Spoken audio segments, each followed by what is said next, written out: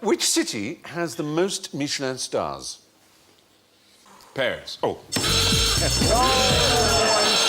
a minute, that don't count, because I said Paris before I pushed the button. So I get a free guess. Hey, I'm black. Don't you try that. I know for a fact it ain't London. It's not in France. It's not in France. New York, then? Never. Oh, New York, I'm afraid, has been gone. Canada? London, that's... Who said London? Alan said London. I didn't say London, you said I said London, sorry. Oh, Rick said London. I didn't say anything. He didn't say a word. And frankly, you should be sad. Rick said London. You said London. Might have been me. No, I would never say London. Yeah. Well, no, what I did say, I said definitely not London. That's what I said. No, I did. I actually said, I did.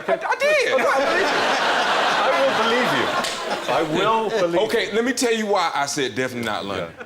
And I'm not just trying to offend London. I'm trying to offend the UK in general. But I feel like any country that can produce Marmite, they started later than everybody else in trying to make food taste good. This from a country that has spray-on cheese.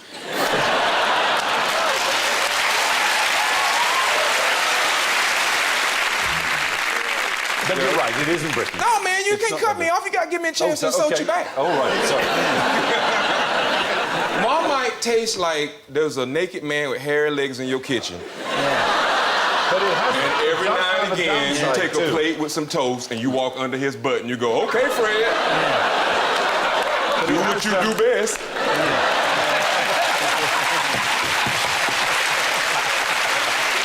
Very good.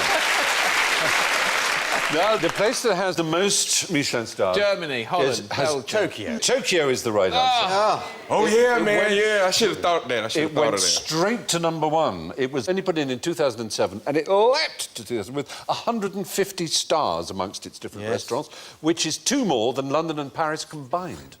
And I could also point out, too, if you put spray-on cheese on top of Marmite, you still got something that tastes That's all I want to say. In fact, you can take your favorite food, and if you put Marmite on it, it's All right, moving on swiftly. Tokyo has the most Michelin stars, twice as many as Paris and 3 times as many as New York. What did they call that event where a load of tea was unceremoniously dumped into Boston Harbor? Brunch. I know you want me to say Boston Tea Party, so I'm going to say Your question was, what do they call it? You mean back then or something like that? Back in the 18th century. Oh, sorry. At the time it happened, so 1773. What was it called? I would imagine it was referred to differently by the British and by the Americans. Pretty much everybody called it destruction of the tea. Ah. Yeah. I've heard that. It's what it happened, isn't it? Because there was absolutely no tea party involved. I'm from Boston. We're very proud of the Boston Tea Party. But why is it called a party? Because it was awesome, you know? There's fancy dress. See, everyone's dressed up. Yeah. We won't say what they're politically incorrectly dressed up as. But there's the thing, calling it a tea party implies that some tea was made during it rather than destroyed. Yeah, they made it. And my experience, I'm sorry to say this, my experience of the United States is that when you order tea, it is made in a similar way to putting an insufficient amount of tea in an impossibly large quantity of cold water.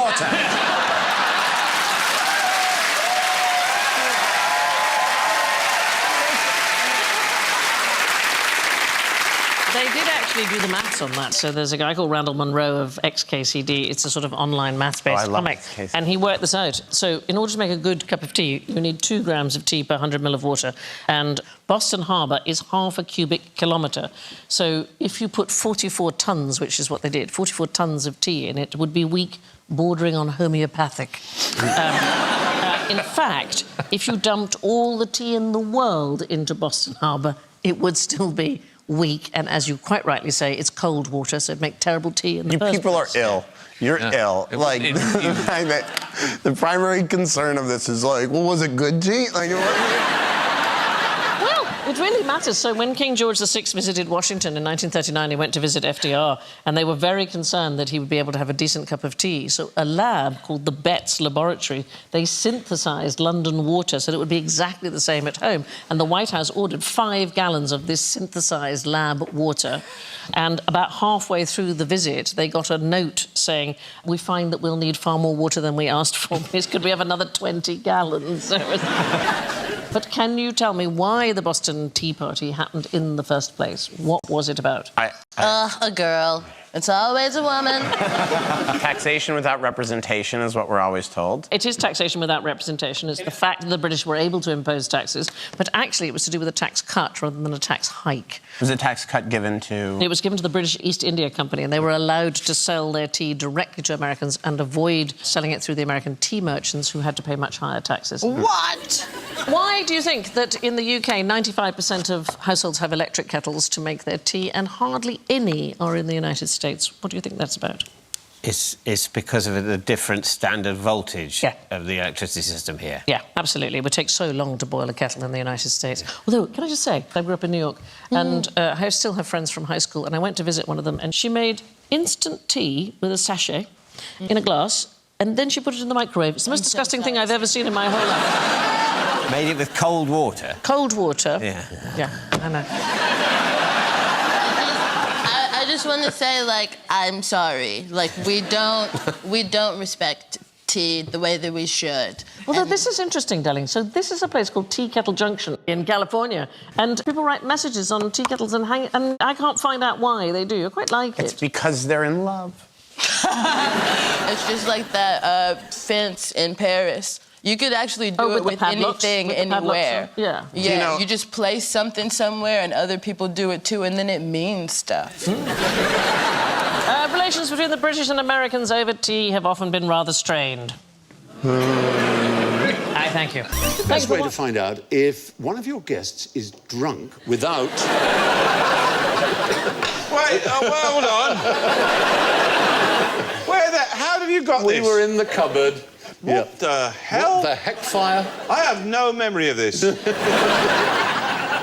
what's the best way to find out if someone's drunk without using a breathalyzer? Oh, No breathalyzer allowed. Well, I would make a pass at them, and if they go with it, they're drunk. That works. Yeah, that's my test. That's lean in for the kiss. But let's suppose you're a policeman. Would that still be your method? Sure, take down the particulars.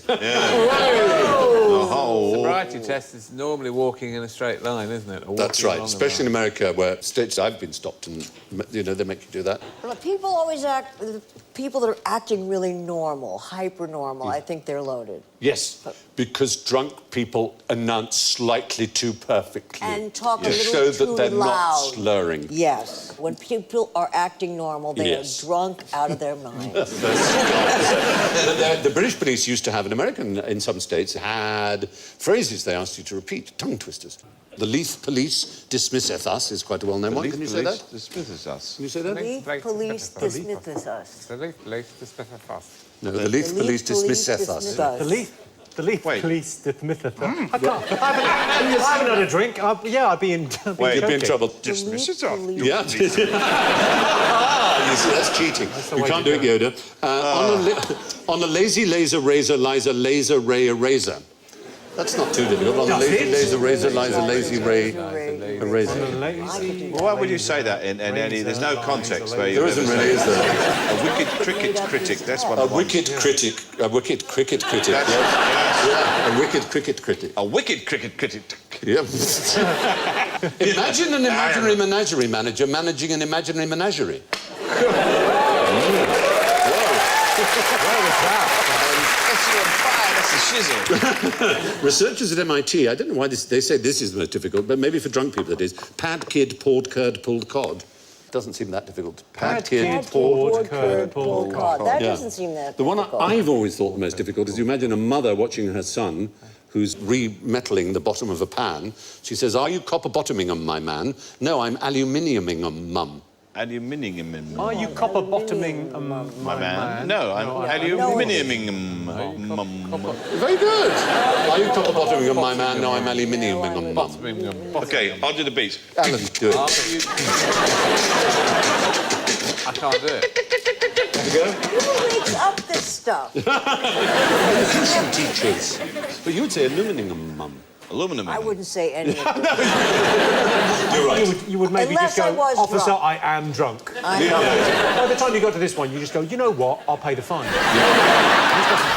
Thank you for The problems faced by explorers, as you can probably imagine, is that of language. Alan and Bill, I would like you two to imagine that you are two of the Pilgrim fathers who've arrived on the Mayflower in the coast of the United States or America. Right. And I would like Rich and Sean to imagine you are Native Americans who meet them. How, you can use sign language if you like, would you communicate? I would immediately read from the Book of Common Prayer. Hail, savage. Hi, how are you?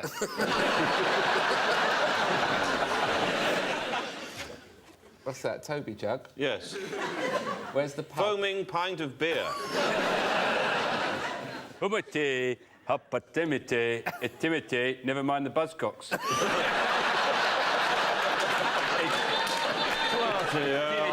Jonathan Creek.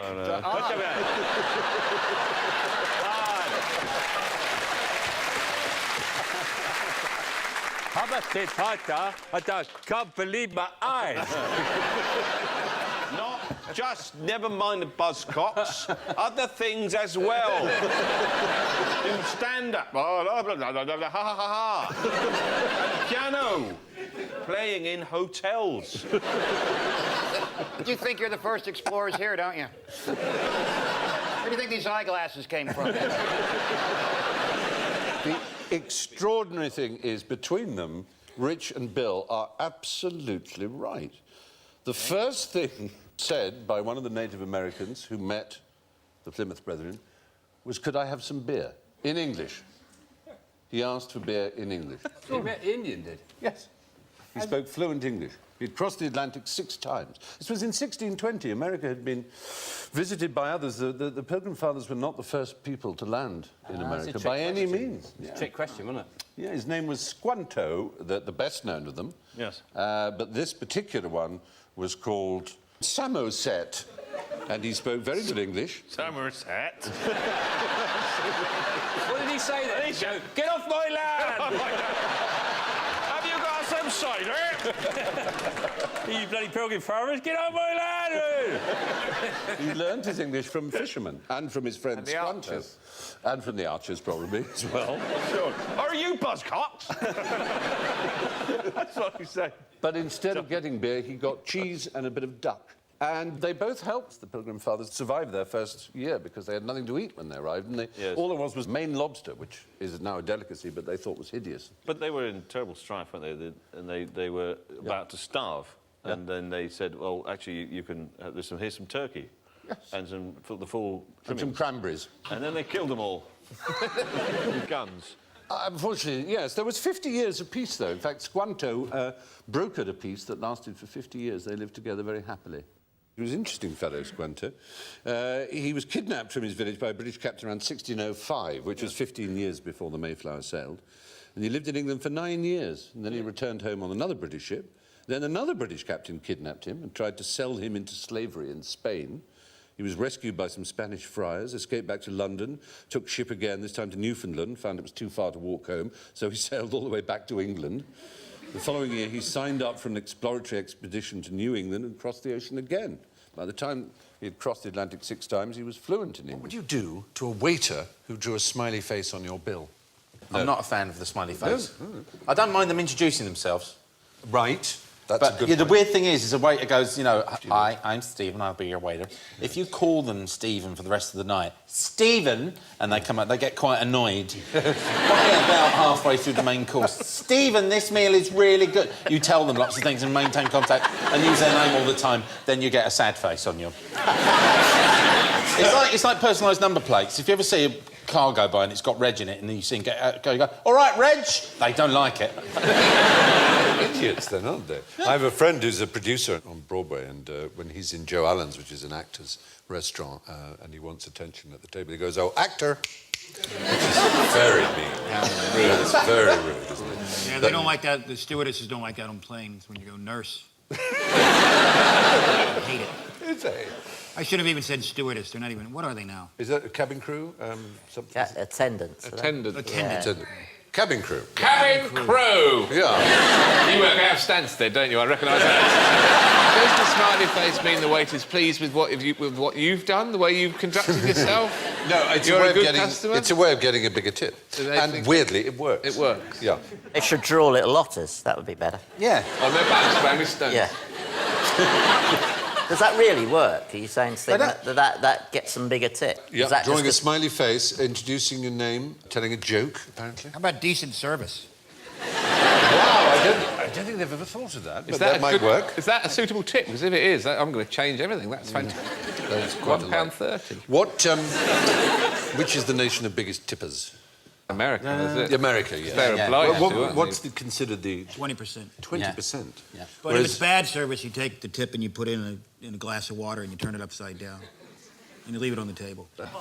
But you still leave it. I mean, if you leave an American restaurant without tipping, the waiter will chase you. Oh, sure. They will run down the street after you and say, "Sir, you didn't tip."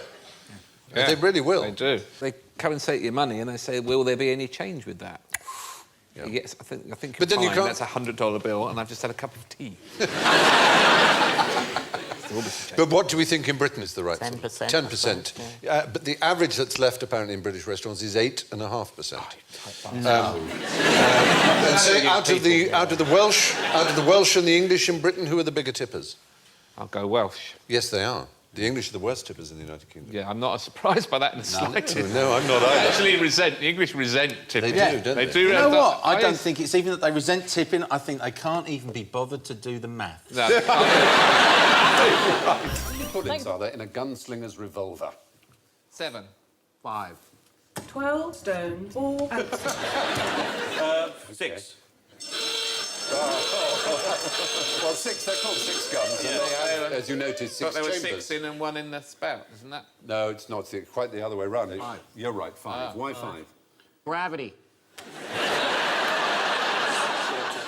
Well, it's simply safety. Wyatt Earp, who one can be regarded as something as an expert, he said, "I've often been asked why 5 shots without reloading were all the top-notch gunfighter ever fired with, 5, when his guns were chambered for 6. The answer is safety. The hammer rested on the empty chamber, so it could never discharge by mistake because there was no safety catch on that. And there, of course, the great Clint Eastwood. I did a thing in America once, and there was an armourer who's the film guy who gives you the gun and everything and takes it away and keeps you safe and gives you blanks or whatever. And he told me a fact. He'd been doing it since the 30s. He'd been working on westerns. He said only 2 actors he ever worked with, and he worked with them all, didn't blink when they fired a gun. This is actually, oddly enough, a shot of Clint exactly proving he was one of them, because the gun's going off and his eyes are open, as much as they ever were. And he was one. He never blinked. John Wayne blinked, you know, Anthony Quinn, Gary Cooper. Who was the other? Kenneth Williams. Carry on, cowboy. Yes, it goes wide open. The idea of those butch American armourers called Rusty and Randy, or whatever, having heard of Kenneth Williams. It was your own guy, Kenneth goddamn Williams. No, bravest guy I ever It's knew. actually Westworld is probably the Western most people would think of. Yul Brynner, yeah. Yul Brynner never blunk.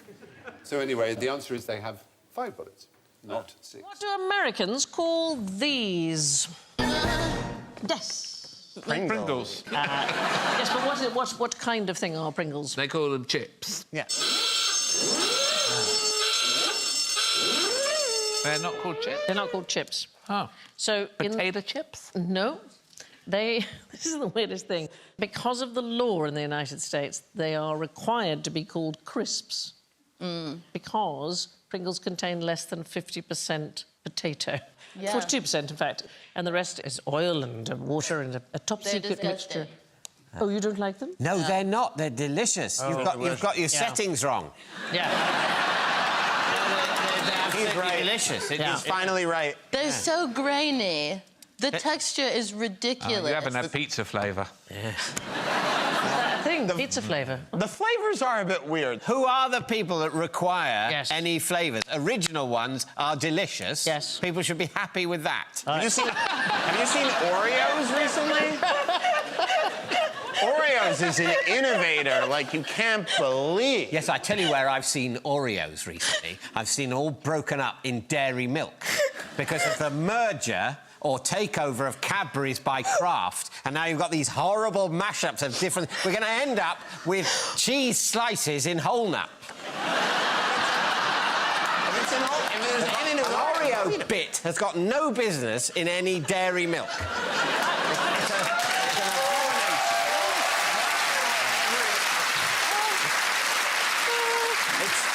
Acceptable face of nationalism. I suddenly have a sense of how hard it is to run the UN. It's... I hate it, all the new flavours. And, like, orange Kit Kat. Fuck off.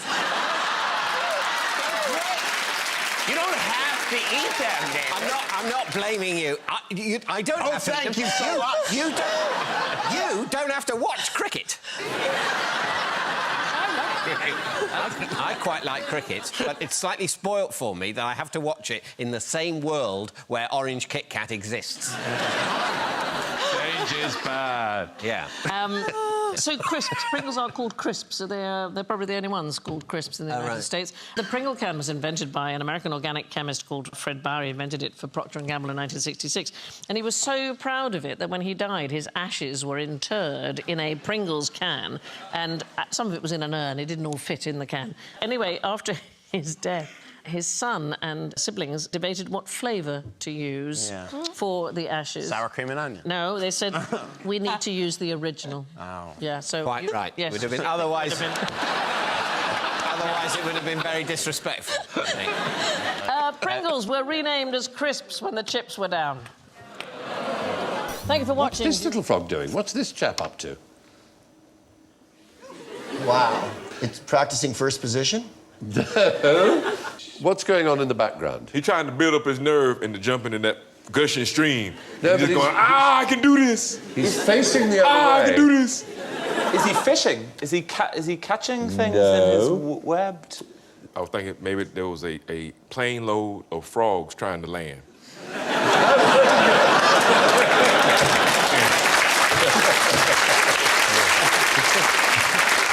Well, you know, air traffic controller frog. Air traffic controller frog. What is it about the background? Running water, water stream... what does that create? If you've got a waterfall behind you, how do you communicate with your neighbour? How do you shout? Sign language. Yes. No. Semaphore. Really? It's the semaphore frog, because it lives by waterfalls and cataracts, and so little won't get heard. So that's how it communicates. Basically, it's saying to other males, this is my territory, keep away, or it's saying to girls, here I am. It is a wonderful sight. It solved the problem of the fact that it can't vocalise because it lives in a noisy environment. There are other ways of attracting mates which are unusual.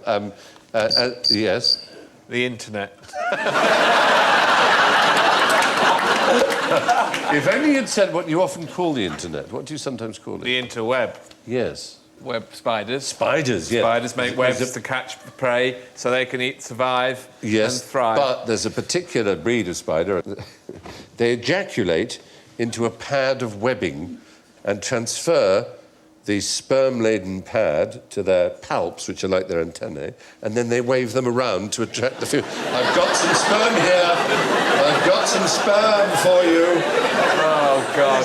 I used to do that to my ex-girlfriend because...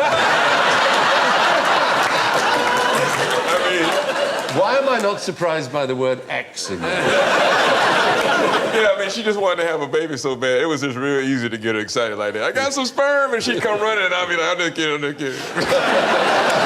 You'll probably each well out of it. Yeah. Exactly. She's the better for it. I mean, in fact, I take pride in believing that I helped her prepare And for the think next what cat you're she saving on triple-ply tissues. There you are. In some weird English way, I feel dealt with. Paleontology. paleontology. We're going to place a tray of finds. There they are, you've got them. And I would like you to identify the fossil. So now you can use any part of your body except your hands. Thank you. So, how might you identify any of them? They told me I wouldn't need my glasses. OK, do you want to borrow mine? Here. Yes. There you go, sweetie. Well, these are all pebbles from a standard British B-row. I got... Okay. So Phil is heading in the right direction. Can I put it in my mouth? No, you can't. Well, let's... Now, Terry... Can I put it in my mouth?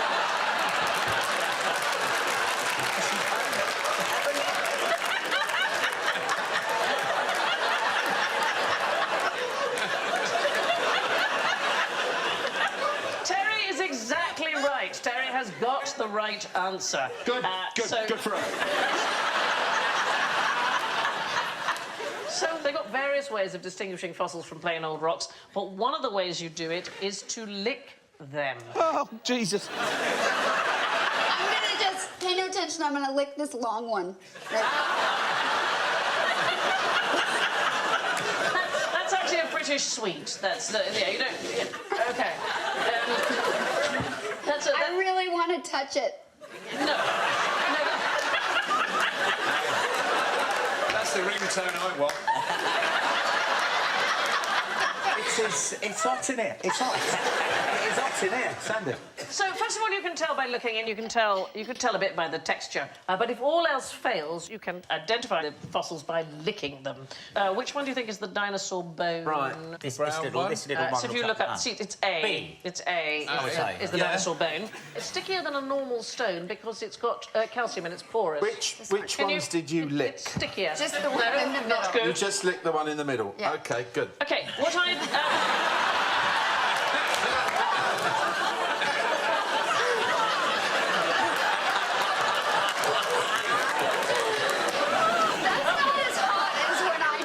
No, it's not as hot. It's no way as hot as when you did it, Terry. I'm honest. Right, what am I... B. Try B. Try B? Yeah, just have a lick of it. No, don't put it all in your mouth, then. Just lick it. Just lick it. Hasn't anyone ever told you that?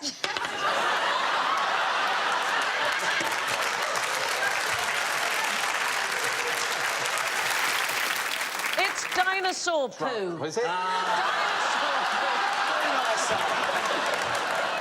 What's the correct word for dinosaur poo, or any poo? Delicious. Fossilised? It's a coprolite. Yeah. Okay. So it would stick to the tongue. You don't necessarily have to touch them with your hands.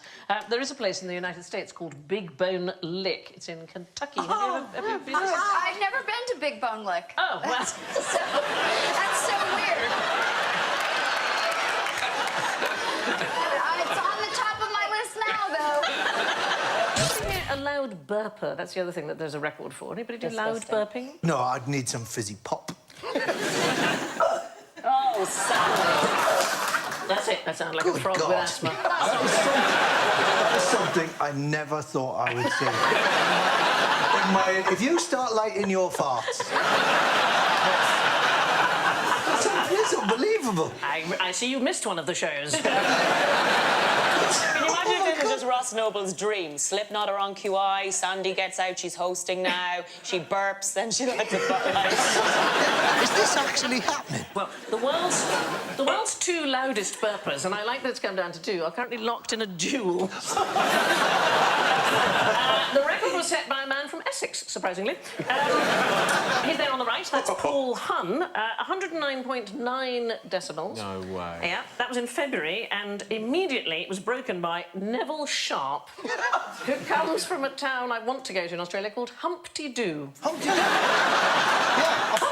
I've been to Humpty Doo, yeah. Have you? Yeah, and they had that guy on the telly. Right. And they were going, we've got the loudest burper, and, you know, he's like... And he was... Yeah, because, you know, slow news day. And they went, do one for us now. But, like me, he needs to build up to it, and he couldn't perform that time in the morning. Oh, no. And everyone was going, oh, not sure if you really are any good at it. Humpty Doo, though, it's the most Australian town I have ever heard of in my life. Their biggest tourist attraction is a statue of a boxing crocodile.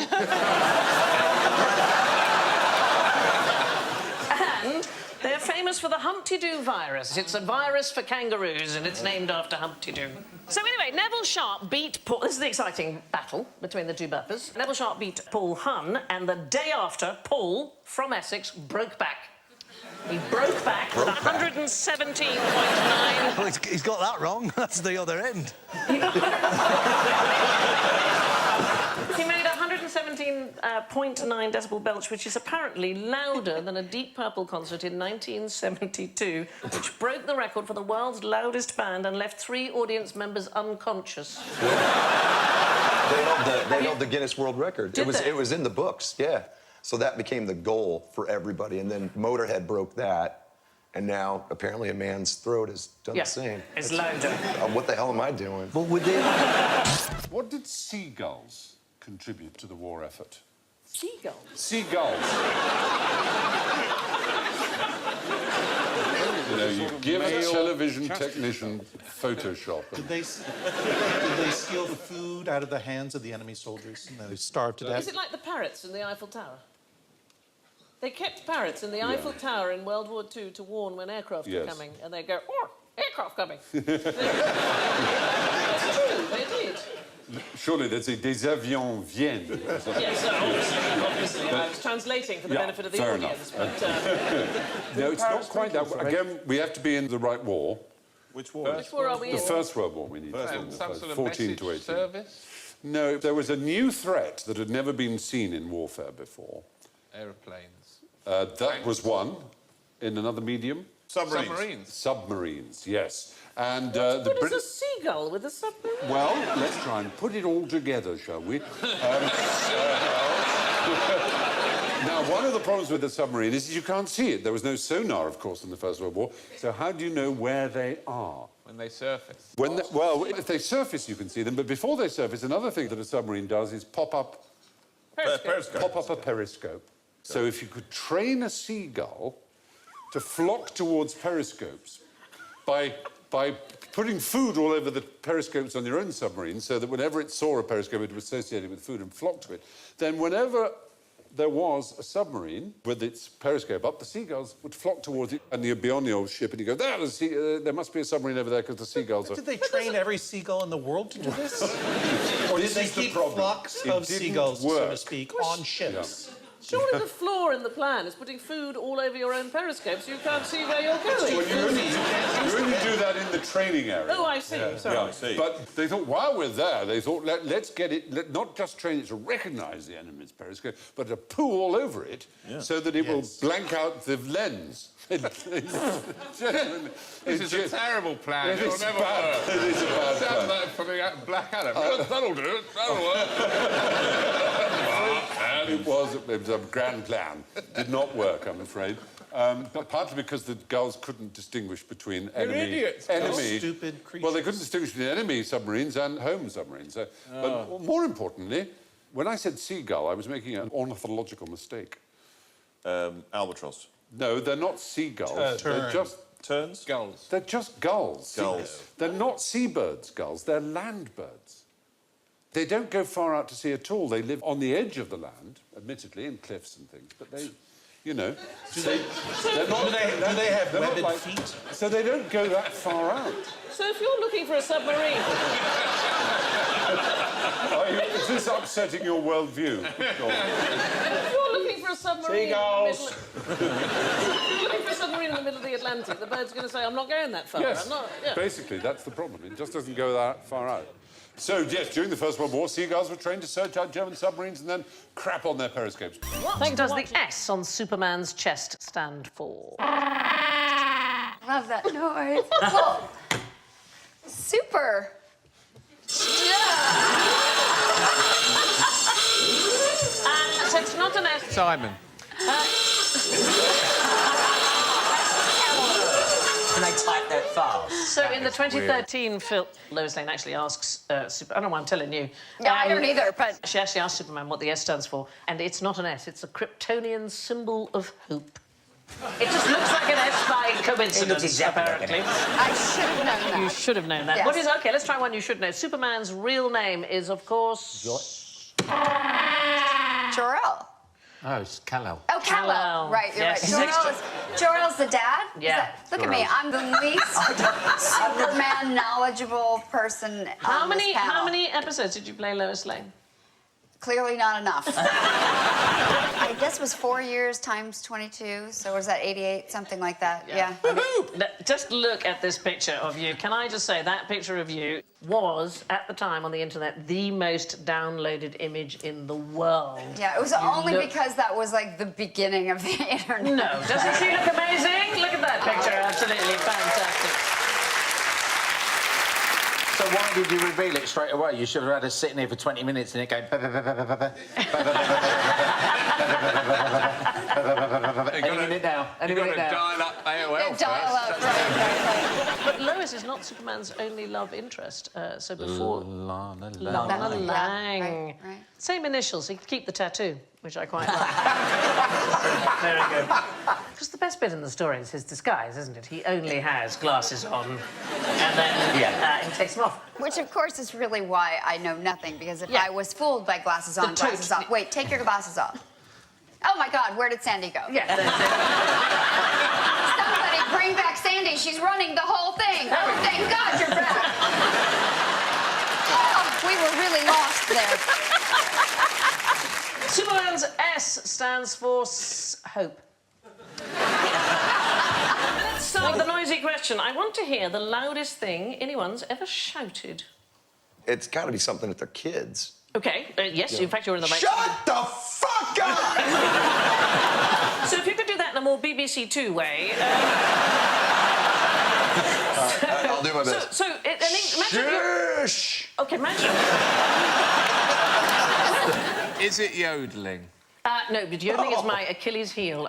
I could be on my deathbed, full of depression, and somebody yodeled, I would laugh. There's something... Is it a human doing it? It is a human doing this. It is, but he's in the right area. It is a word for shush. It is the loudest words that have been shouted. It's in the Guinness World Records. Like quiet. It is quiet. Really? Absolutely right. It is the loudest word ever.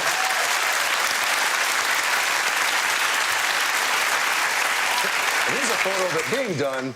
Well, this is her. This is her. She's a Belfast primary school teacher.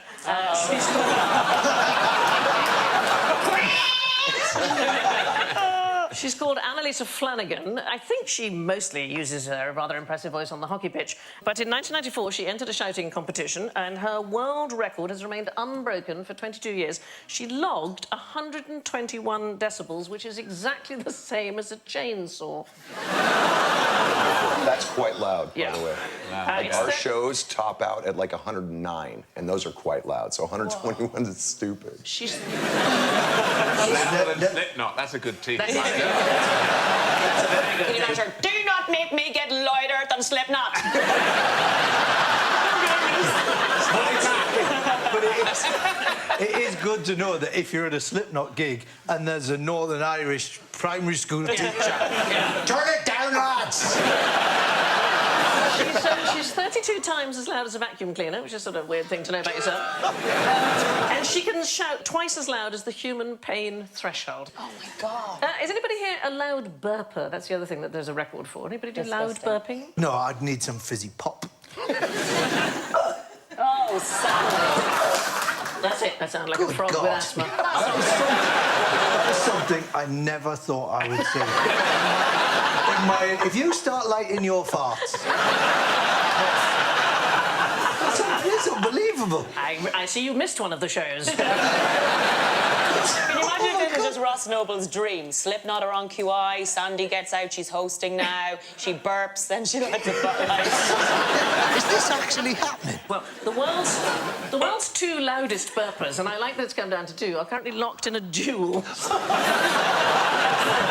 The record was set by a man from Essex, surprisingly. He's there on the right, that's Paul Hunn, 109.9 decibels. No way. Yeah, that was in February, and immediately it was broken by Neville Sharp, who comes from a town I want to go to in Australia called Humpty Doo. What's with purple? Ah. It's like orange, nothing does. Oh, dear, oh, dear, oh, dear. Oh, dear, oh, dear, oh, dear. Oh, dear. No, there are two words in the English language that rhyme with purple. 2. Burple. I won't say everyday words, but there are 2 words. Now, I'm afraid you have to lose 10 points there. That's okay. I'll tell you the answer. Lurple. Tent. You will get there if you go through all the sounds known to man. You will get there. Maple circle. Maple circle doesn't count. Circle. Derple, yeah. Furple, gurple, herple. Derple, curple, lurple, murple, nurple. Do you know what you're doing on national television? Mrs. Davis's little boy has grown up to go nurple, purple, whirple. Rurple, surple. They're not common words, but... If you had a swimming pool and you covered it in fur, it'd be a fur pool. Fur pool. It would. I'll tell you the answer. It's herple is one word. I think I said You did. 5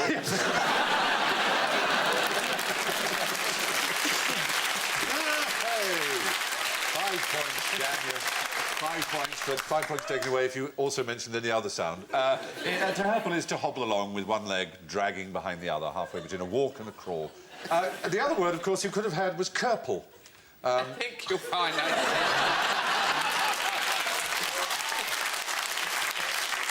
Didn't I say I'd take 10 points away if there was a second one that you'd already said? Yes. Yes, but I'm going to take that back. I'm not going to. Curple is the leather strap passing under a horse's tail. Under the tail of a horse. Is buckled to the saddle to stop it slipping forwards. It's better known as a cropper.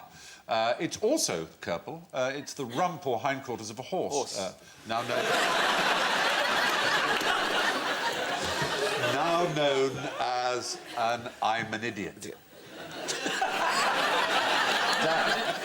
Or now known as the croup. The word appears in a rhyme in the work of Scotland's national poet, and I shall give it to you. Abi mer vonti omahap, dus hinging o'er my curple, than ony ermine everlap, or proud imperial purple. What was the most disastrous haircut ever? Yes.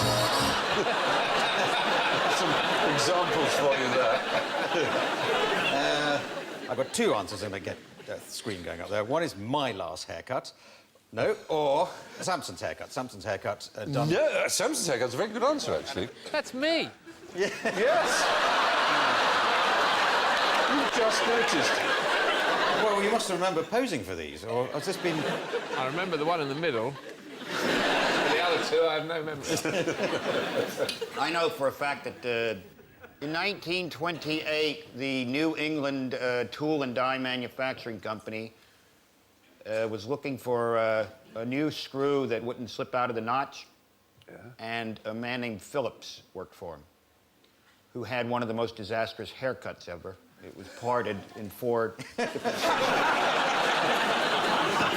That would be an example of a disastrous haircut that went good. This one, well, I mean, of course, there are many candidates, and Samson is one, but do you know anything about Louis VII of France? There he is on the left. We're talking about the 13th century.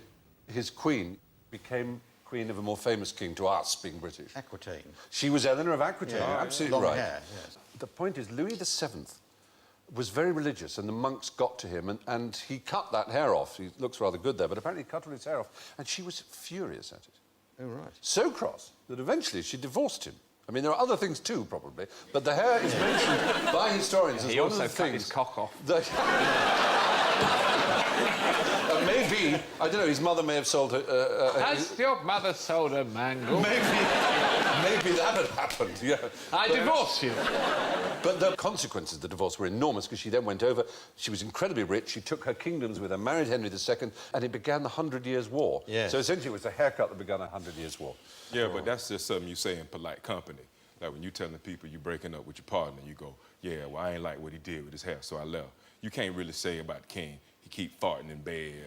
I just don't like his haircut. Yeah, you're right. What is interesting about this poor king is he definitely wouldn't have had sexual relations with Eleanor's mother because he was very abstinent indeed, and he became ill, and the courtiers suggested it was because he hadn't had sex.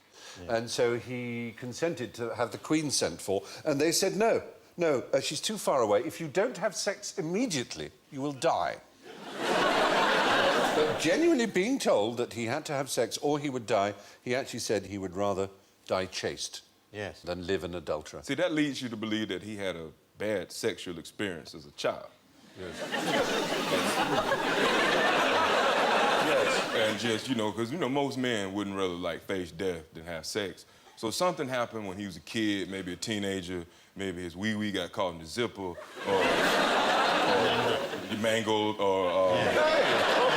Yes, the mangle. Or he said, I'm not ready for this yet, maybe just let me lick your elbow. And the woman just said, do what you do best. And...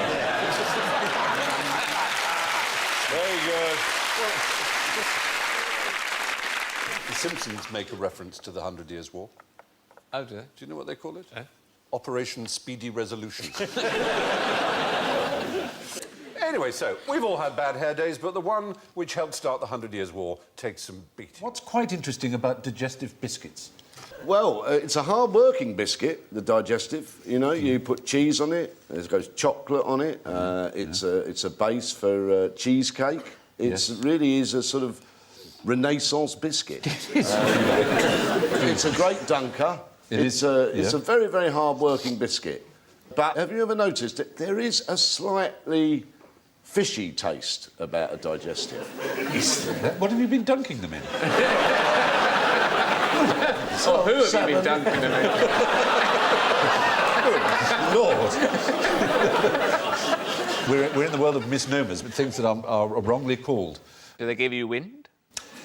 They were called Digestive because they were supposed to be an anti-flatulent biscuit when they were designed in the 19th century. No, that's right. In America, it's... You better have one of these. Sorry. Maybe you stuffed it up, I don't know. But I'd like to see an advert for this flatulence biscuit. Hey, try a Digestive.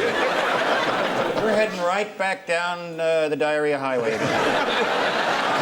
Welcome to the United Kingdom, Mr.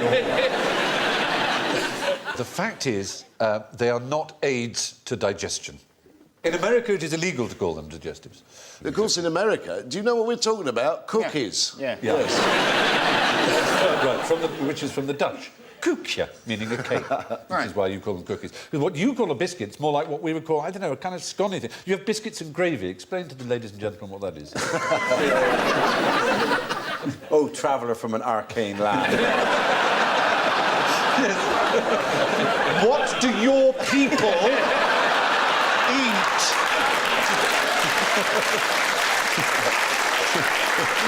Everything.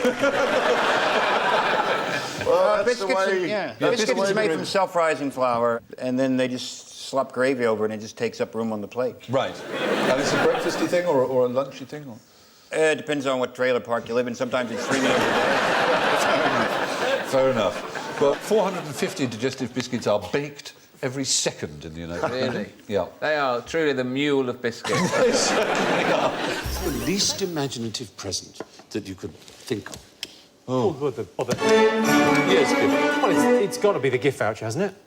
Yes. The gift voucher is, I mean, it's heroically bad. It's walking into a shop and going, yeah, I've got some money here. Could I exchange this for... This works everywhere. Could it just work in this one shop? Or could it just be for a limited time period with some terms and conditions, but worth the same amount? Could I make this universally acceptable thing useless? Well, without wishing to insult your country, it is the #1 present that women want in America is a gift card. Are you ashamed of your people? I'm humiliated for Americans everywhere. So who invented the gift card? Because it is a terrible idea. If you try and sell it to someone as an idea going, well, look, take the money... It isn't it clever? It's $30 billion a year in America. $30 billion industry. And how much of that is actually spent? Because I've got some Woolies vouchers at home. I'll tell you. In America, only 75%. About a quarter is never redeemed because the recipient forgets or the time period elapses before they get to the shop to redeem it. Period. You know, like money doesn't have. Yeah, exactly. Brilliant. I know. It's astonishing. I've got one at home. I can't find it. Oh, that's annoying. It's for a day driving around Brands Hatch or something. Oh, well, no, that is fun. That's really fun. Oh, yeah. I think it's probably expired. I got one that was an hour in a helicopter. That was it, just an hour. There was no mention of a pilot or whether it would take you anywhere or whether it would even go off the ground. You just sort of sit in a helicopter. Someone outside. What's that doing? Right, ouch! Come on, let's go. I never redeemed it. It was a shame. What were the first gift certificates? Book tokens. Book tokens, right answer. And they were in 1932 by a man called Raymond, who was a publisher, who was rather disappointed to see one Christmas, when he saw all these presents amongst his friends and family, only 3 were books. And he realised the reason was that people were not confident about giving books because they couldn't be sure that the recipient would like that book. So he thought, why not just give them something that is good for any book they like, which is what a gift book token is. So there we are, that's them. In which country is the very highest peak of the Alps? Isn't Mont Blanc the tallest? Okay. So where is that? Where is it, Matt? Italy, I think. Multiple. It's on the border. It is exactly on the border. The French-Italian border, in fact, passes directly over Mont Blanc's peak. But the very highest peak of the Alps is not Not there. Mont It's Blanc. neither in France nor in Italy. Switzerland. I'm going to go for Switzerland, OK? I want you to think unlikely, and I want you to think, you know, like a flat Is it place. that the Alps go much further? No, it's in the Netherlands. Really? Wow. There was a Swiss geologist called Horace Benedict de Saussure, born in 1740. He led the very first expedition up Mont Blanc. When he got to the top, he took the top as a souvenir. It is now in the Tylers Museum in Haarlem, in the Netherlands. I'm going to guess it's not quite that big. No. I'm going to guess And it's not floating in a museum. He was a fantastic polymath, de Saussure. He's described as the inventor of climbing, or alpinism. Did he invent climbing? Well, he invented the... But people were climbing on the Alps before, and he came along and went, I would call this climbing. People must have been climbing Yeah. before then, yeah. Just boys making things up. It's Boys not making- right, is it? You've never had that on your show, have you? People making things up. Oh, that would be so wrong. That would be very wrong. It would be a good topic for the show. Is my friend claims he invented climbing. And the women who love him. Yeah. You can say any sentence in the world, and as long as you add, and the women who love him, Yeah. then you got a show. My Labrador and the women who love him. What lives underwater and is the loudest animal in the world for its size? Greg Proops. Oprah. Good answer, but untrue. Is it going to be a blue whale? You were doing so well. No, it's the largest in relation to its size. The noise it makes is quite astounding. When I tell you that its size is 2 millimetres, and it creates a sound of over 99 decibels, which is like a freight train passing by. It's an incredibly loud noise, and it's a little lake creature, actually. Do you know those things that almost seem to walk on water? Do you remember what they're called? Our Lord.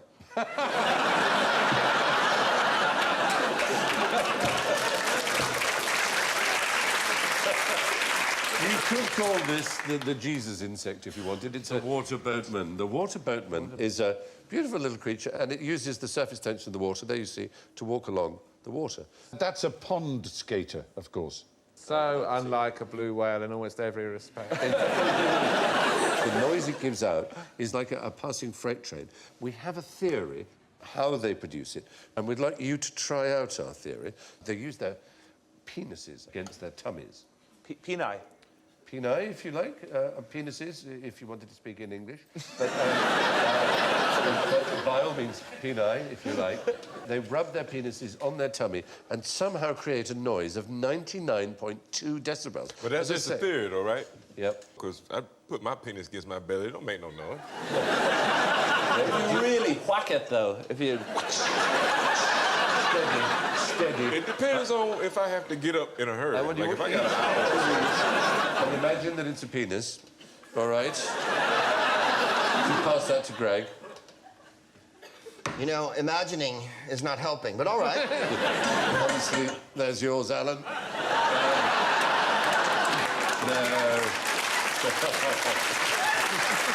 You can have a normal one. Now, this is quite complicated, but you should have a little bowl of rosin as in the kind of stuff that ballet dancers use to keep their shoes from sliding on the stage and that string players use for their bows. Ordinary rosin. Oh, very good. Listen to that noise. Keep doing that. You're rubbing, you're trying to... It gets surprisingly loud, doesn't it? Like... Oh, God, yes! I don't seem to be attracting any boatmen or women. Not getting 99 decibel. There, you see that? This is still louder, though.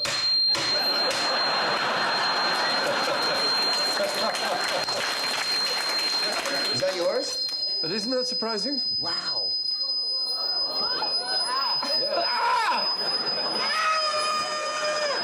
It was like Mars attacks. Yeah. Our brains will explode. Solo. Alan's very good at it, isn't he? How have you given him a wand? Is that a wand?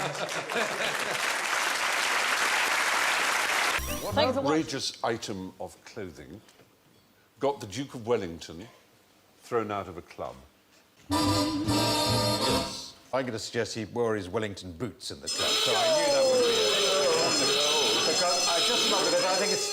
I think it's so fantastic what a career he had, because not only was he a great general, winning one of the most important battles of all time, and a few others, plus he was Prime Minister, and he had Wellington boots named after him. Pretty astounding, isn't it? And they were... on my shirt.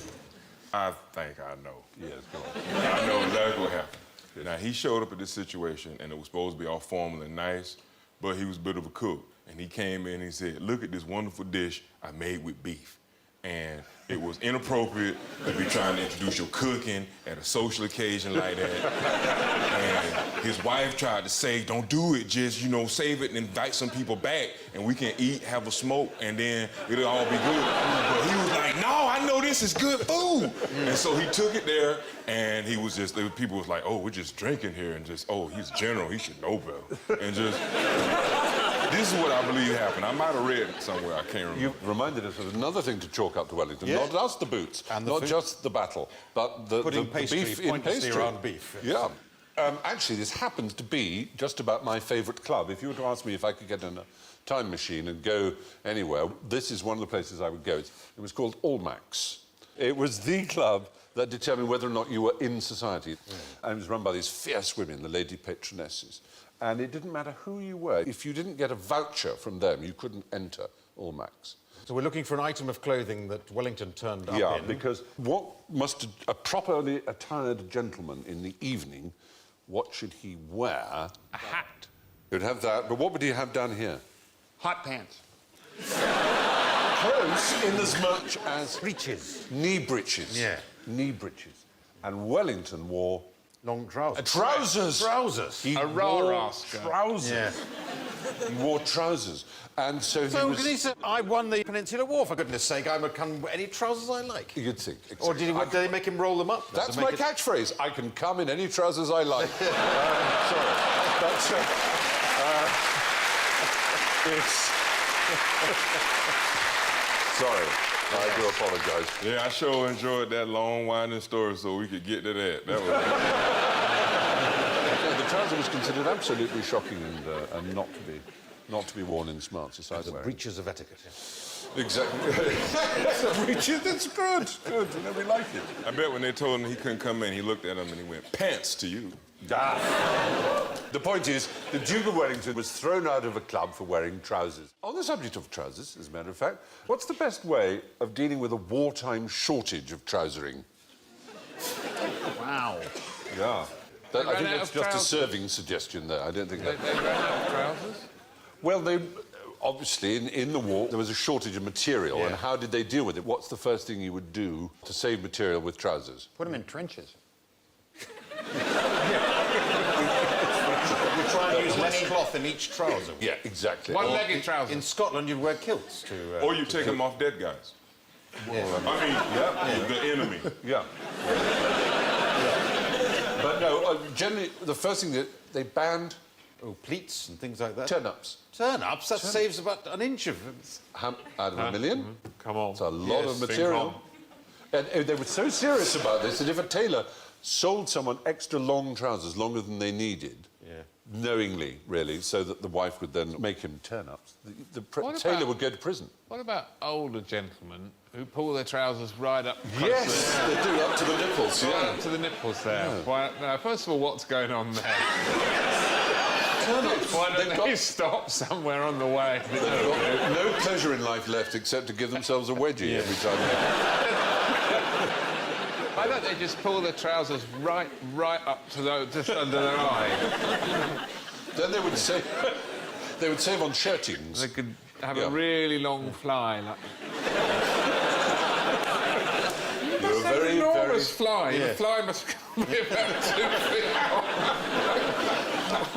The time you've undone it, you've forgotten where you're Just zip there. Nurse! Also, boys under 12 couldn't have long trousers, they had to have shorts. And, of course, women couldn't wear stockings, so what did they used to do? Oh, they used to draw a seam on the... Oh, there they are. There you are. A seam on the back of their leg. Yeah. Because they felt that if their legs were bare, it was considered that made them look available. I don't know if the boys in the shorts thought the same, but it was... Firstly, they would stain their legs to make them look tanned, with gravy browning and things like that.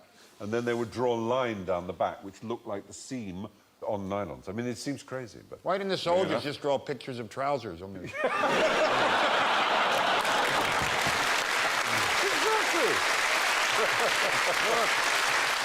I'm in pinstripe. In some countries, like Bulgaria, they shake for yes and nod for no. So we're going to try a little experiment. I'm going to ask you a series of quick-fire questions with yes or no answers, all right? You have to answer immediately, but whatever answer you give with your voice, you have to give the opposite with your head. Oh. OK? And I'll ping my pinger if you get it wrong. Does everybody understand? You pinging your pinger? No, I'm just asking. Yes, I do. Yes. Yes. I'm trying to catch you out, that's Yes. all. OK, all right, ready. John, was the first James Bond film the one about the Doctor? Yes. That's right. Is it right? Yes. What was the name of the Doctor? No.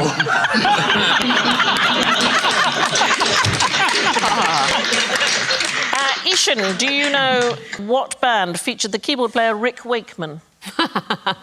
No. You don't know? No. OK. But it's yes. The band is called Yes. Yes is the band. But you didn't know? No.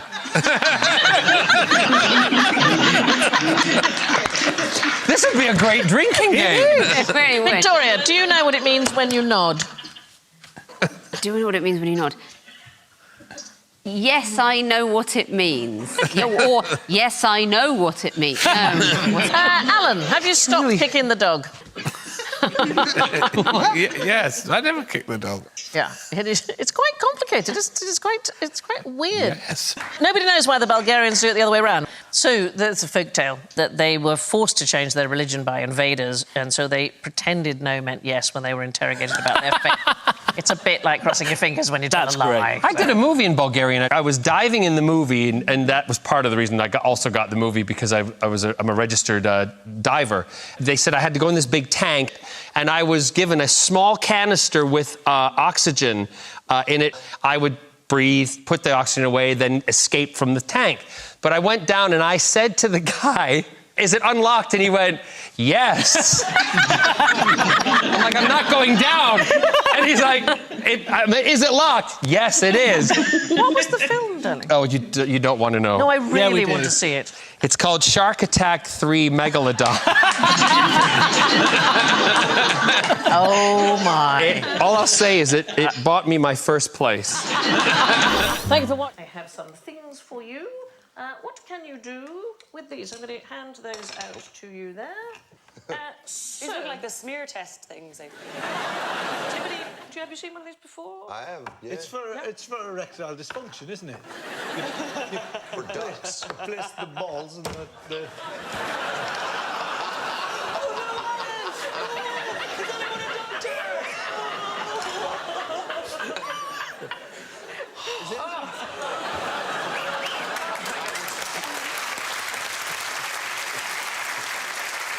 Is that it?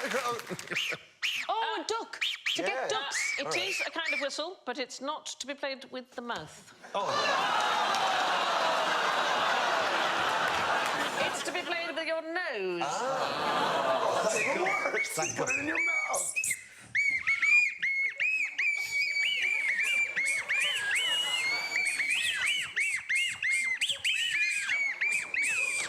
Now, here's the thing. I'm guessing. Yeah. Is this for like paramedics who, if somebody they're not sure if they're breathing or not, you just put that on the. They're still alive. So it's called a nose flute, all right? And the very first patent for this was the nasalette in 1892. And the theory was it left your hands... There it is. Your hands free to play other instruments, but this one doesn't. So I've got some knicker elastics. If you put that round your face and the thing, I think... These are from knickers... Well, before I lost weight. There we are. So try that. Oh, can we all be in Slipknot now? What do you reckon? Yeah. You have to put it through your nose. Oh, you can change the note. Look.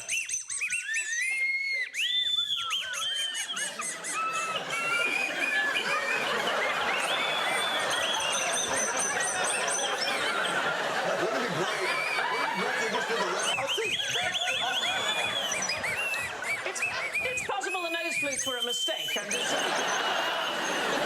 Alan's completely got the hang of it. And yet, tuneless. Oh, I can actually play the tin whistle on my Can you nose. play the tin whistle? Yeah, but I'm going to give this one a go. 1 second.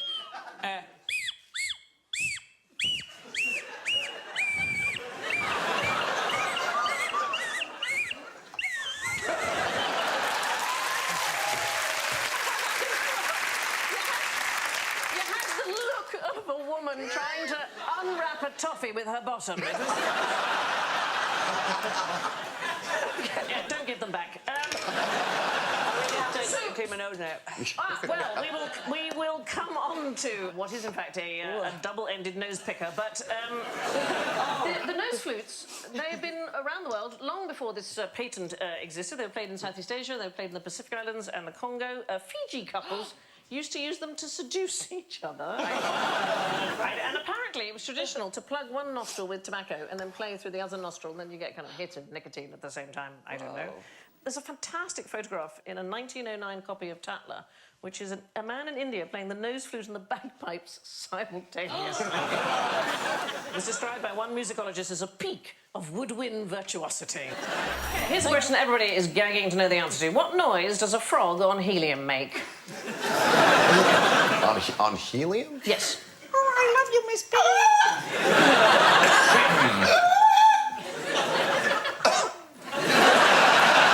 You've got a frog in your throat. Yeah. Yes. Hey, Corrie, if you want a klaxon, I reckon if you did a high-pitched ribbit, I reckon Try you could that. get Try one. say ribbit. Yeah?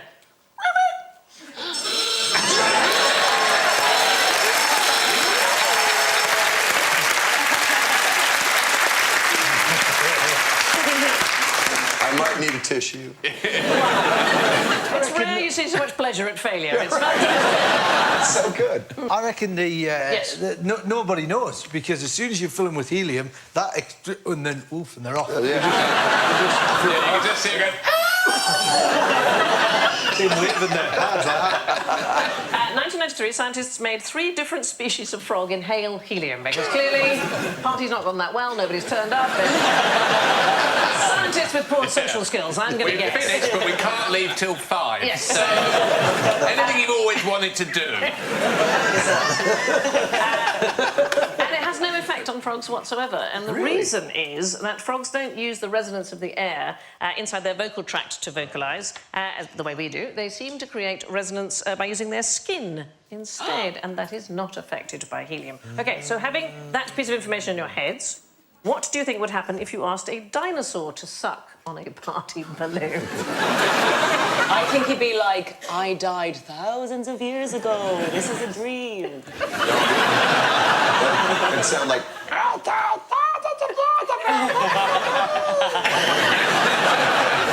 Actually, Corey, you would be right, because you obviously can't try it out on dinosaurs. So 2015, the same experiment was tried on a Chinese alligator, which was as close as they could get by Austrian scientists.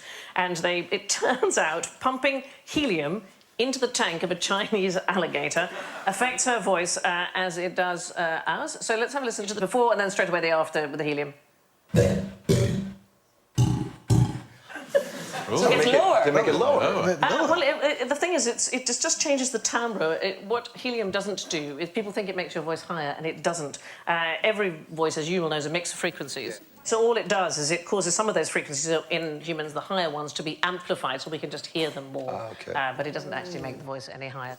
Apparently, because it's true of alligators, it must be true of dinosaurs because of the alligator being a That would be a really bad, like, next Jurassic Park, like the third one. Thank you for what we know of Herod's wife. In other words, what was the name of Herod's wife? Yes. Mrs. Herod. Oh, I'm not going to say you're predictable, but my goodness me. No, we want her given name. They didn't use Mrs. in Judea. Maria, Sylvia, Jane, Michelle, Mary. Fortunately, we haven't got all those up. No, Beyonce. It's nearly that odd. It's nearly that Britney, odd. Madonna. It begins with Yvonne. a D. Denise. No. Dawn. Detox. Donna. Diana. Closer. Donatella. Donatella. No, don't forget the N. Dot.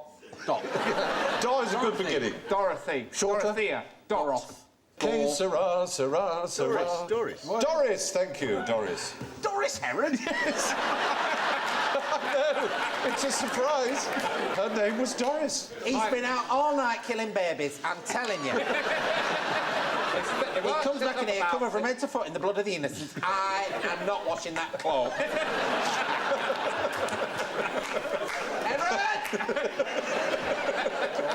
Good. A lot of mileage to be had out of poor Herod's wife. She was indeed called Doris. Doris. It's a Greek name. To our ears, it is a bit funny, but Did you find the Messiah? Because he's a very naughty boy. King Herod and Queen Doris. There they are. How do you say it in Greek, though? You would say Doris. Probably a slight hint of. Can you do a that. Greek pronunciation of Greek things? Stachtodochios, if you want, is ashtray, for example. Oh, you mean ancient Greek? Ancient Greek, yeah. It wasn't the same sort of Greek. They weren't walking around in togas up the Parthenon and that philosophising, going, I wonder whether the sun go round the earth or is it other way around? It's been a puzzling me all night about a triangle and whether they are like the angle, they all are the same on the different angle compared to that one up there is the same, innit? That was Pythagoras. Put these vegetables on that skewer and shut up. My grandfather always used to call Pythagoras Pythagoras because he was Hungarian, my grandfather. He said, you go to school, you'll learn about Pythagoras. And I was thinking, who's this Pythagoras? And I remember, and I came out, and he said, did you do the Pythagoras? I said, no, we've not done any Pythagoras. He said, you ask your mathematics teacher, must do the Pythagoras. And I said, are we going to do Pythagoras? He goes, shut up, Fry. So I did Pythagoras, and years later I discovered he meant Pythagoras. He used to pronounce pineapple upside down cake, Piniople obshide dovne tsoka. I just wanted to move on because my mom's name is Doris. Oh, here you are. It is. After, or named for, as you say in America, named for Doris Day? No. It was given to her by the president of Madagascar. First question, where will the lion sleep tonight? Is this going to be a trip where they don't sleep in the night? Where they don't sleep in the jungle? You're right. Man, I am nailing this game. Because, of course, there is a famous song in the jungle, the lion sleeps tonight. A Wimbaway. By Tight Fit. But by all kinds of people, actually. Mainly Tight Fit. But what you managed to avoid was falling into the trap that lions sleep in the jungle, because where do lions live? Office buildings. I was going to say Luton. I don't know why. Oh, don't they live in, like, the veldt or something like that? Or? The savannah. It's dry. It's certainly not jungle. You wouldn't get a lion there. And also, quite rightly, one of you said they don't sleep at night. Actually, they do sleep a bit at night, but most of their waking hours are at night. They sleep a hell of a lot, because they're cats. And what do cats do? Sleep in the jungle or forest. They do a lot of sleeping. That's what I was going to say. Yeah. They basically let big animals spend 23 hours a day eating grass, and then they kill them and eat them and get all that nutrient that lasts them for a week. So instead of eating vegetables, you eat something that does eat vegetables. Exactly right. That's true. I feel better about my diet now. Yeah, about that. But the song, The Lion Sleeps Tonight, was the most popular song ever to come out of Africa. It was written by a man called Solomon Linda. He and the Evening Birds, as the band were called, recorded a song called Mbube, which is the Zulu word for lion. And they chanted, Mbube uyui mbumbe, lion, you're a lion. And he was paid the princely sum of £1. No more than that. In 1949, Pete Seeger gave it to the Weavers. They made a huge hit out of it. And then it just carried on being a hit, and all kinds of people liked Tight Fit. Tight Fit. But more importantly, perhaps... Well, better than Loose Fit for a band, I suppose. Yeah, Disney, in 1994, incorporated it into... The Lion King. In The Lion King. Now, it's estimated that if Solomon I'll get Linda... points. I'll get points for that. Will you? Yeah. For knowing The Lion King? Yeah. If Solomon Linda had been paid standard composer royalties, he would have earned, just from the Broadway version... £2. Just from the Broadway version alone... £3. $5 million. Ah! Just in 5 years. That's just 5 years ago. I got a question now. Yeah. The pound that he earned, who paid him that? Was it somebody British? No, someone South African, I fear. So what were them people doing with y'all money? It's a good and fair question. It's not the first time that musicians, artists, composers have been exploited, but it is a pretty extreme example of it. Just from the song being used in The Lion King, the musical on Broadway, yes, just he'd have made $5 million. Yes, that shows you how much Elton John makes. That's what I was going to say. Yeah. Elton John and Tim Rice is always grinning. Yeah, exactly. There's a lot of money in musicals. It is staggering, isn't it? But fortunately, there was some good that came out of it, because a South African journalist called Rian Milan brought the case to international notice, and Solomon Linda's family sued and came to a settlement. So the heirs of Solomon Linda have at least benefited from it, which is a good story. That's good. That's Isn't good. it? Nice to see that, you know, natives wasn't exploited again. That's a good story there. If I would tell that And story yet we too. opened by saying that the whole thing was predicated on a black lie. Yeah. Lions do not sleep in the jungle. The lion sleeps tonight. Doesn't sleep at night, doesn't sleep in the jungle. He's lucky to get £1 for it, if you ask me. Thank you for best cure for nostalgia. Is it actually living in the actual past and staying there? And then you don't need nostalgia because you're still living in it. But wouldn't you be nostalgic for the 100 years before? Yeah, would there not be a period? There's always going to be a period behind. Oh, yeah. Like even the Dark Ages. Do you get nostalgic, Jerry? Yeah. Smell. Yeah. If you smell something, it brings back a memory. Straight away, isn't it? Cigarettes in pubs. Yeah. Do you miss them? Yeah. Yeah. Smell affects your memory part more than sight or touch or anything. It instantly affects your memory. My wife, when she smells beer on me, she knows where I've been. Other things you were nostalgic for, Alan? I'm not a nostalgic person, no. But that's probably good. I think the future is going to be great. The past, whatever. I'm nostalgic for when Alan used to be nostalgic. It was a lovely time. Those were the days. Well, in the 18th and 19th century, it was seen as a deadly disease to be nostalgic. It was known as Schweizkrankheit, or Swiss illness, because Swiss soldiers were apparently particularly prone to it. And in the American Civil War, more than 5,000 men were diagnosed with nostalgia, and 74 allegedly died from it. In fact, the Unionist army was forbidden from playing Home Sweet Home in case it brought on an attack. The past makes you upset. I found, and when I wrote my book, this is not a plug, it's out of print, no one bought it. But it was part memoir. That meant a lot of going back through childhood memories, and it's not pleasant, it's not nice. It's much better to look forward. It hasn't happened yet. You can invent it. There's the only one thing I would like to have is my grandmother's trifle. Oh, was it particularly good? Oh, it was so good. She died in 1974. And it went with her. No you one knew how tried to to make it. recreate I it? don't even know how she did it. No one knows. Grannies everywhere, write down all your recipes so that we can continue It's to funny have enough, them. I just bought a book for my kids for all the things that I've learnt from previous generations, and I'm starting to write the recipes down. I do think it's important. I think that's a good idea. Yeah. Sorry, if you've just tuned in, this evening's episode was a tribute to Carrie, Jerry, Sandy and Alan, who all very sadly died of nostalgia.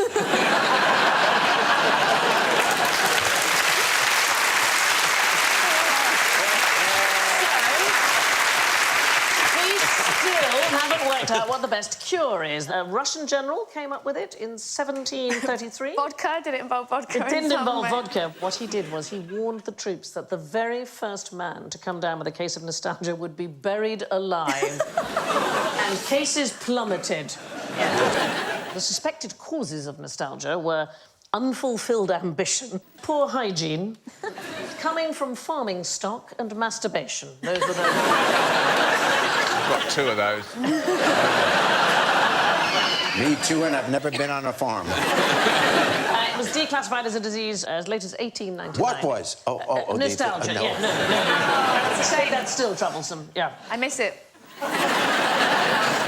Actually, it can be useful. It is thought to protect slightly against cold, so people can stand the pain of icy water for longer if they focus on Who nostalgic writes this memories. stuff down? So you mean if you're trapped in a freezer by a gangland criminal, you just say to someone, do you remember when we weren't trapped in this freezer? You can make it. No, I think you have to think about Grandma Davis's trifle. I think you have to. I see what you mean, yeah. Thank you. For me to thank Carrie, Ginny, Bill, and... Oh, wait a second. There's one little boy here who still hadn't had a present. Oh, but here's Santa! Hello, Santa. So, Santa, what have you got for Alan? Have a feel in Santa's sack, Alan. What can you... Have a feel. What can you... what's in there? Ping-pong balls. Ping-pong balls. Now, I know a very exciting thing you can do with ping-pong balls, but it's quite loud and quite dangerous, so can you all put your ear defenders on? Right. So, Look Jimmy, at Carrie's ear defenders. Carrie's ear defenders are very special. Oh, you don't know, but you got me through some very difficult years. I only said that when you had the ear defenders on. You go in the safe place, Jimmy, Carrie, and Bill. And ear defenders on in the audience, if you would. Good luck. Oh, well done. Bye. Alan, you and I are going to the extremely dangerous place. I mean, kind of suicidal. To put the goggles on before the... Yeah, all right. And I've got gloves, which you don't need to have. Right, OK, so here we have the ping-pong balls. We're going to pour in liquid nitrogen, which is 196 degrees minus, that is. Really, really cold. We're pouring it into this bottle.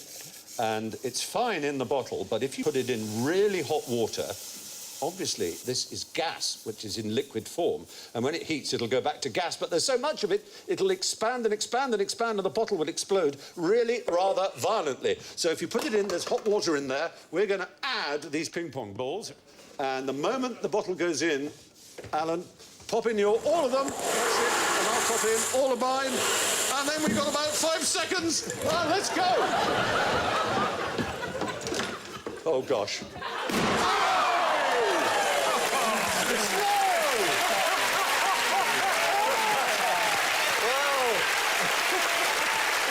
and gentlemen, that's great. That was genuinely like all our Christmases came at once. Ding dong, merrily on high, and a very happy Christmas to you all. They want a falcon's nose with you on a plane. Is it because it holds exactly 150 millilitres? Has this got something to do with their... They've got vents, haven't they? They've got those things on to stop them bursting, isn't it?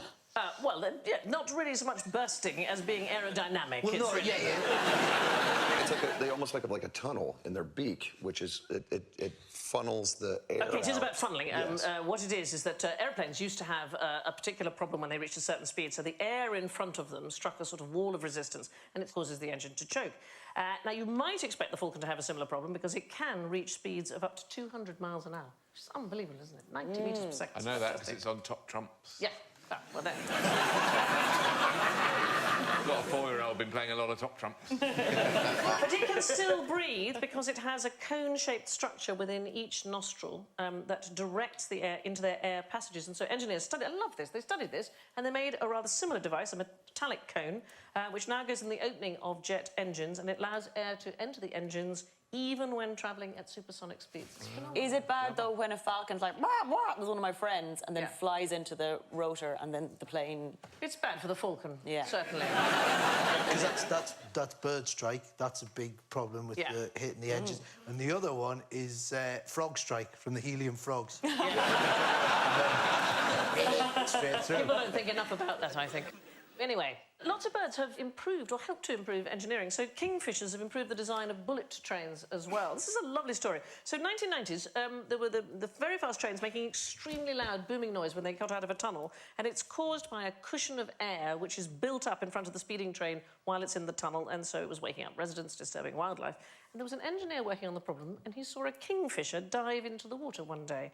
And he noticed there was almost no splash whatsoever, and that is because of that lovely, beautiful, long, pointy beak, and he applied the same logic to the trains, and they now have long, pointy noses, and it stops the air cushion building up in front of the tunnels, and it makes them more aerodynamic, and so 15% more energy efficient. Isn't that lovely? Wow. That every time you look at one of those, you can imagine a kingfisher. Do you think they're going to start killing all the birds they don't need anymore? Because we've learned enough. We've got it. The engines are working, the train is making no sound. Kill the bird! Thank you for watching.